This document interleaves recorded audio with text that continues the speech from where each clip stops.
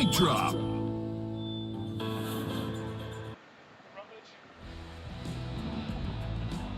Hello, everybody. Welcome to Caterpillar's Operator Stadium. How you guys doing out there? Having a good day? Yeah, there we go. Guys, this is one of the most exciting parts of my job. I get to introduce one of my favorite people. Make some noise. It is time for Mic Drop with Mr. Mike Rowe. And the crowd goes wild. Hi, everybody.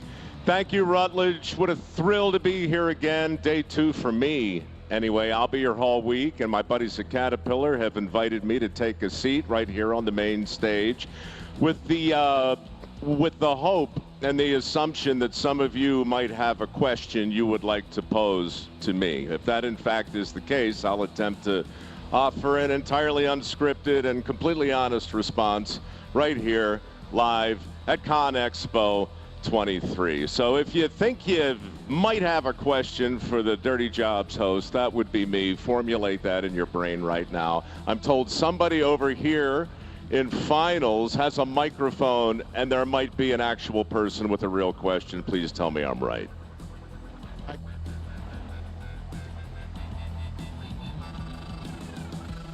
Yeah.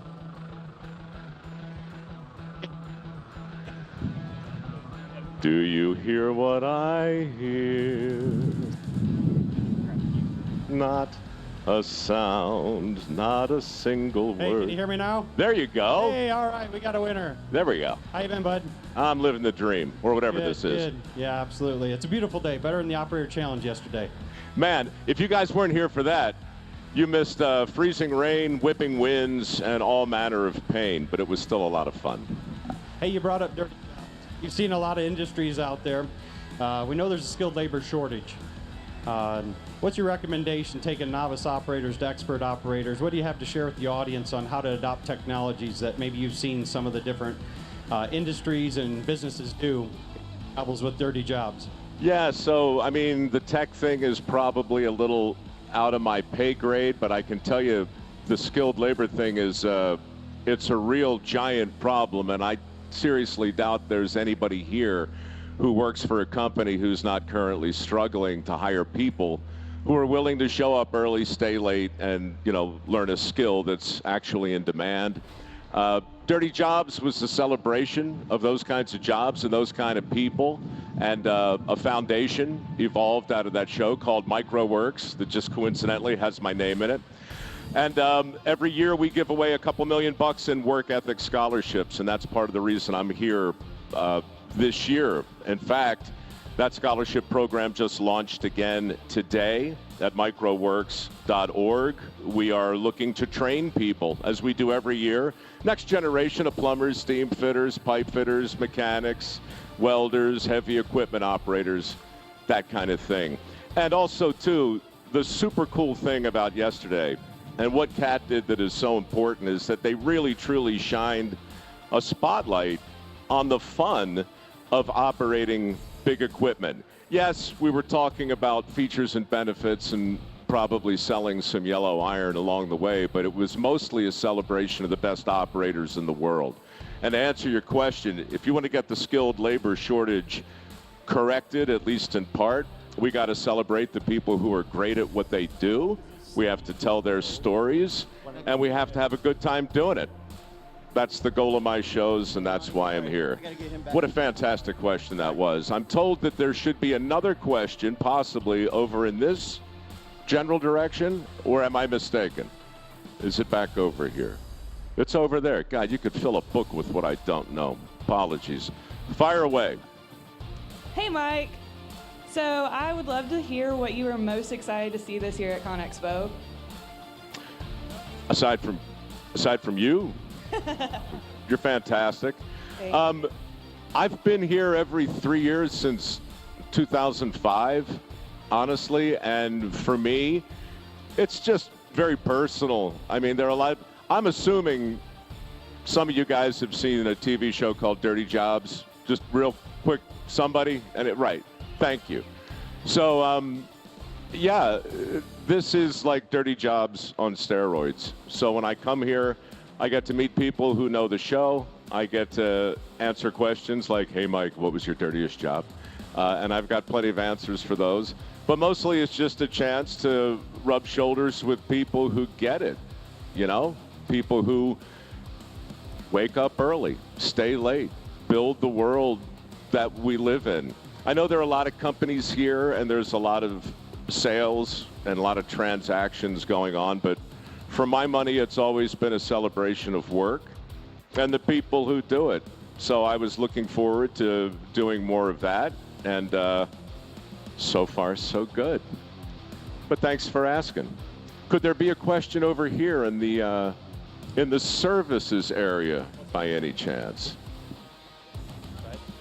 Hey, Mike, my name's Billy. How you doing? Where are you, Billy? I can't see anything. There you are. Oh, you look fantastic. So, what was your most frustrating job on Dirty Jobs?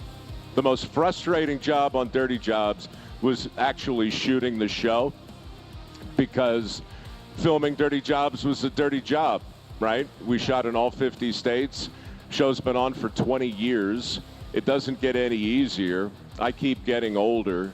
The jobs keep getting dirtier. The crew keeps getting banged up and knocked around.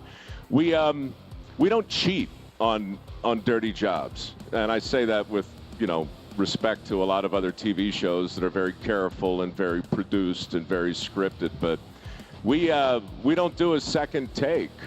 We never have. There's no scripting, there's no writing, there's no pre-production.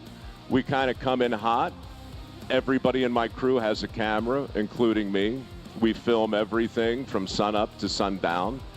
And when we're done, I go back to the editing booth and sit down with my guys and try and put together an honest look of what happened on that day. And that's what Dirty Jobs is. It sounds really simple because it is, but it was really hard to shoot. As far as like an individual job, I mean, we've done 350, but I was just talking to a fella in the bathroom earlier, which is weird, guys. If you see me in the bathroom standing there, I mean, I'm happy to say hi, but the whole selfie thing and the crapper, you know, it doesn't work. I mean, it's a fine place to talk about Dirty Jobs, but a guy not 10 minutes ago asked me about filming on the Bering Sea for Deadliest Catch. And for pure frustration, that's probably it, because you're standing on the deck of a crab boat, and it's pitching back and forth, and the rain is freezing, and it's coming in sideways, and everything's slicker than snot like a glazed donut, and you got 800-pound crab pots that are sliding around, and the waves are in your face, and, you know, you can hear the sound of sphincters slamming shut all across Alaska. And it's frightening, and it's frustrating, and it's difficult to shoot. But that show's been on the air 20 years, too, so go figure. I think in the end, the moral of the story is people like to see me frustrated and in pain. Fantastic question. Thank you. Oh, let's go back over here to the finals area. Hi, Mike. First of all, thanks for your time, taking these questions. It's really appreciated. Sure. But I have a question for you. It's more about the future. Today, Saudi Arabia, they're building the world's largest renewable cities. It's called NEOM. It's going to have Hyperloop. It's going to have electric cars. There'll be no combustion engines in there at all. Do you think this could be the game changer for the next revolution, very similar to the steam age?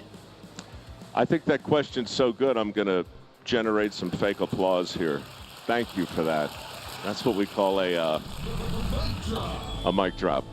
You're right. I don't have a crystal ball, and the short answer is I don't know. But here's the thing about the future that really interests me. To your point, it's already here. It's happening over there. But at the same time that's happening over there, 3 billion people in third world countries are still burning wood and dung as their primary source of fuel. And at the same time that's happening over there, China and India are each opening up a new coal-fired power plant every week for the next 30 years. So that's happening, right? And over here, we're having a conversation about renewables, which is great and critically important, but we're kind of upside down, in my view, about how to feel about natural gas. In Northern California, where I live, they want to ban gas stoves, right? This is like headline news, and it just seems like we're having such a difficult time with our own relationship with energy. Meanwhile, France is getting 90% of its electricity off the nuclear grid.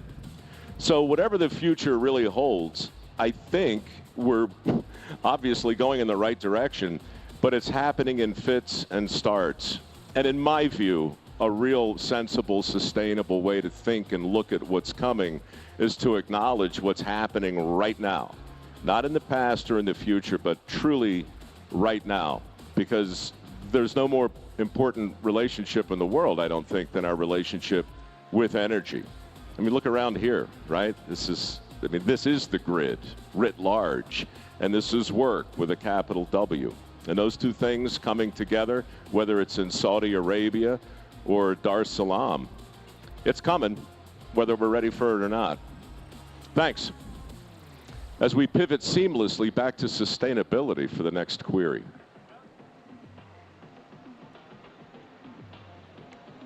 Hello, Mike. Hello. If you could own just one piece of Caterpillar equipment, what would it be? What's your name? Matt. Matt? Ryan. Yep. So I think, it's so funny because I was sitting here yesterday watching the Operator Challenge, and you'll laugh because the piece that I'm most in love with was not even a piece that was featured. I mean, the big trucks are awesome, the excavator's amazing, the bulldozer and so forth, but it's the skid steer. I love watching that little thing just bomb around. Because most of the challenges that we saw yesterday are very technical and very precise. And we see machines approaching speeds of 1 mile an hour, right? So to see the skid steer in action is fun. And on dirty jobs too, I always joke about it, and I swear it's true. The number of times people tossed me keys to machines that I had no business driving was amazing. And then I think they just thought because I was on camera, right, everything was going to magically be okay. So I got to drive, I think, every machine that Cat makes. For pure joy, I'm going to go with the skid steer because it's small and nimble. But for real gratifying testosterone inner 8-year-old stuff, Yeah. the magnet that's attached to the, I guess it's an excavator, is that right? You put the magnet on the I don't know. Material handler. That thing, the Yeah. material handler at Cash's scrapyard in 2008, they tossed me to the keys to the material handler with a giant magnet, and they let me lift up anything with steel in it and drop it. And it was like a very strange childhood fantasy coming true. Barsky, my producer in the show on those days, had he had metal on his hard hat, and he walked under this thing, and his hard hat flew up, jammed onto the thing. Everybody was so horrified for all sorts of safety reasons, but I was like, are you kidding me? I cut that into the open of the show. I still get angry mail about that one. Nice question, Matt. Probably got me fired. Let's go back to services real quick. Hey, Mike, how's it going? My Great. name's also Matt. Congratulations. Hey, thank you. So you talked a lot about your least favorite jobs on Dirty Jobs, but how about your favorite? Honestly, the truth, Matt, is there's no difference. What Dirty Jobs did was completely change the meaning of words whose meaning I thought I knew. So favorite and worst, best, all of it kind of got crammed into something like memorable, right? So the jobs I remember most are really a combination of the jobs that frightened me the most, disgusted me the most, and more often than not featured people who I can't forget. There's a guy 15 miles from here in North Vegas named Bob Combs.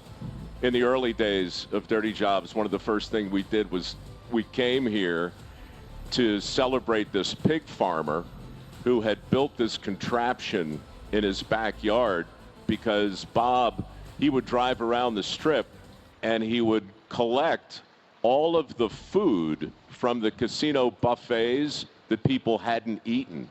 and he would drive it in this jalopy from like World War I back to his pig farm, and he would put it into this giant cooker that he had built out of scrap parts in his backyard. So one of my earliest memories from the show is driving his truck back there with all that buffet food, putting it on the conveyor belts that took it up 3 stories into this giant cooker and reduced it into this slop of like people food, right? Except he fed it to his pigs. So his pigs grew at like 3 times the rate of normal pigs, and he got them to market 3 times as fast. So here's a story about, talk about sustainability. Here's a story of a guy in Las Vegas, a pig farmer, who is cleaning up after the casinos, feeding his pigs, thereby feeding the country. When I met him, he was surrounded by angry developers who had paid a lot of money to develop the land around his pig farm, which, as you might imagine, Matt, smells a lot like a pig farm. It's horrible. And when the winds blow like they do today, well, it's just nothing but pig crap in the air. So people tried to buy him out. I swear to God, I'm answering your question. But after I talked to Bob and after that segment aired, the local developers got together and they offered him $75 million to buy his pig farm, to buy him out. And this guy, Bob Combs, he passed. He passed on $75 million. You can Google it. I called him after I read the story, and I said, Bob, it's $75 million. What are you doing? And he said, well, you know, I mean, what would I do with my pigs? Like, dude, you're going to eat them. What difference does it make? Sell the farm. Anyhow, that's what I remember about dirty jobs. I remember guys like Bob Combs feeding the country because people at Sahara's and Caesars can't finish their buffet. This is a fine question. You know what? That's such a good question. I'm going to give you another round of fake applause. Stand by 1 second. Here we go. Let's hear it for Matt, everybody. We got another question over here in finals.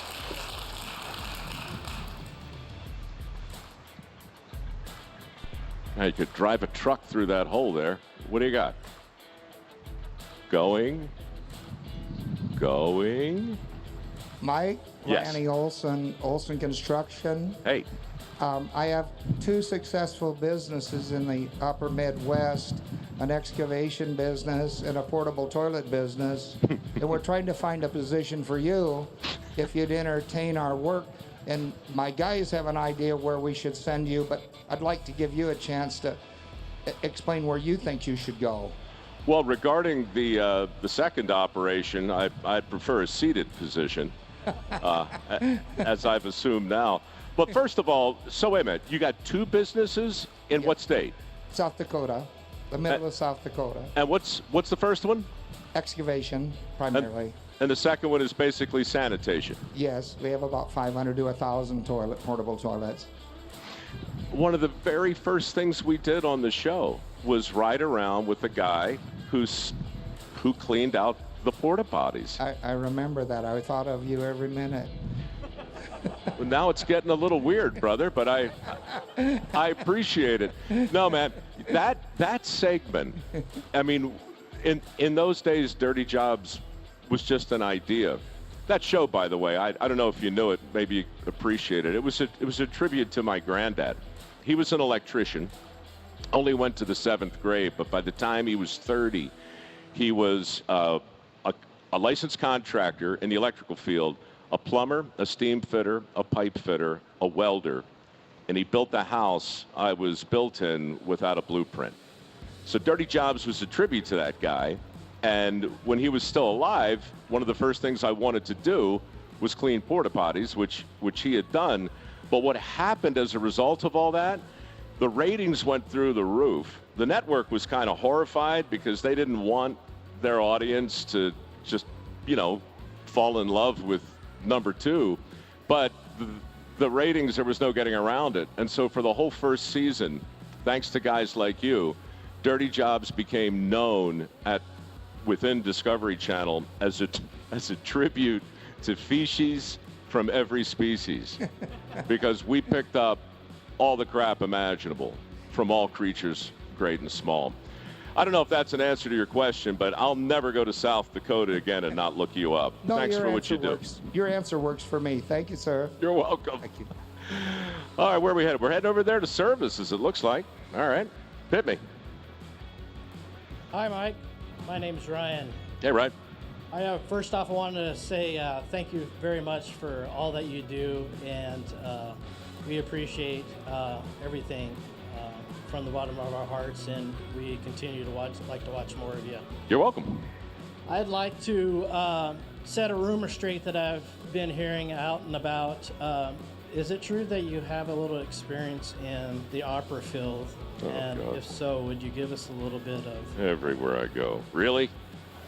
Yeah, so it's a long, long time ago, and 30 years before Dirty Jobs, 25 maybe, I was trying to get into the business, and as it turns out, it's very difficult, but there's a loophole.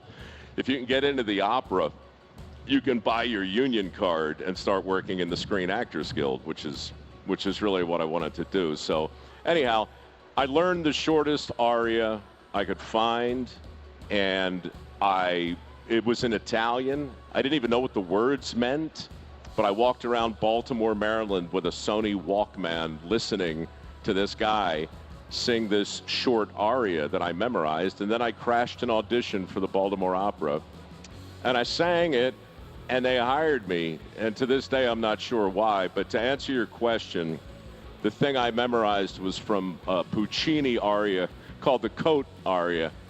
It's a ridiculous song, but it goes like this. Vecchia zimara senti, il resto al pianto scende, re sacri amanti o devi. Everybody, you know the words. Le me grazia ricevi. It was something like that. Anyhow, I worked my way up to the sewer. Thank you very much. Love it. The sign says rap, and I know what that means due to my 30 years of experience in this industry. Thank you all for being here. Thank you for asking your amazing questions. Please enjoy some more fake applause as I leave you with this. The MicroWorks Foundation is a real thing. I got $2 million we're giving away next month. It's burning a hole in my metaphorical pocket. If you know somebody who wants to learn a skill or master a trade, that's what we do these days. These are not for 4-year degrees. These are for training for the kinds of jobs you'll be seeing demonstrated here before too long. Thanks again for coming out. Nice to see you all. I'll see you in the bathroom, I'm sure.